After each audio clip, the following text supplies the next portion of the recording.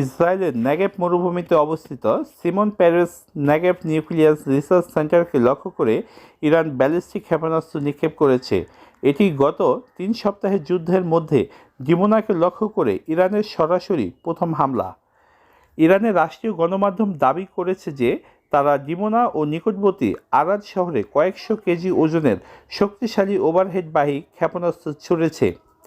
Israeli প্রতিরক্ষা বাহিনী IDF স্বীকার করেছে যে তাদের আকাশ প্রতিরক্ষা ব্যবস্থা এই ক্ষেপণাস্ত্রগুলোকে আটকাতে ব্যর্থ হয়েছে, ফলে অন্তত 2টি ক্ষেপণাস্ত্র সরাসরি লক্ষ্যবস্তুর কাছে আঘাত হানে।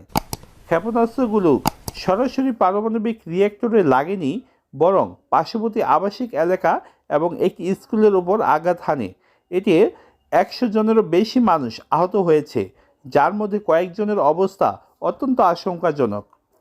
আন্তর্জাতিক পারমাণবিক শক্তি সংস্থা IAEA নিশ্চিত করেছে যে ডিমোনা কেন্দ্রের মূল অবকাঠামোর কোনো ক্ষতি হয়নি এবং ওই এলাকায় কোনো অস্বাভাবিক বিকিরণ, যেটাকে রেডিয়েশন বলা হয়, সেই বিকিরণও শনাক্ত করা হয়নি।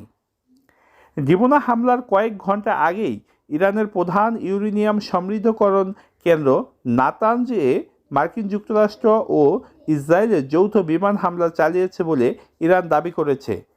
ইরানের পরমাণু শক্তি সংস্থা জানিয়েছে যে মাটির নিচে থাকা সেন্ট্রিফিউজ স্থাপনাগুলো লক্ষ্য করে এই হামলা চালানো হয়েছিল, তবে কোনো তেজস্ক্রিয় লিকেজ ঘটেনি বলে তারা দাবি করেছে।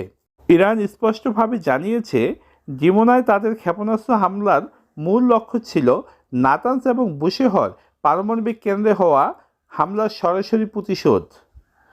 এখনও কোনো পক্ষই পারমাণবিক দুর্ঘটনার রিপোর্ট করেনি, তবে IAEA এর প্রধান রাফায়েল গ্রোসি গভীরভাবে উদ্বেগ প্রকাশ করে উভয় পক্ষকে সর্বোচ্চ সামরিক সংযম প্রদর্শনের আহ্বান জানিয়েছেন। ইসরায়েলি প্রধানমন্ত্রী বেনিয়ামিন নেতানিয়াহু এই দিনটিকে ভবিষ্যৎ রক্ষার লড়াইয়ের জন্য একটি কঠিন সন্ধ্যা বলে অভিহিত করেছেন এবং তিনি আরও ভয়াবহ পাল্টা হামলার অত্যন্ত কঠিন হুঁশিয়ারি দিয়েছেন। তো বন্ধুরা, বর্তমান যুদ্ধ যে অবস্থায় দাঁড়াচ্ছে তাতে অন্তত এই আশঙ্কা সৃষ্টি হয়েছে যে কোন দিন আমাদের শুনতে হবে যে নতুন করে পৃথিবীতে আবার পারমাণবিক বোমার বিস্ফোরণ হলো।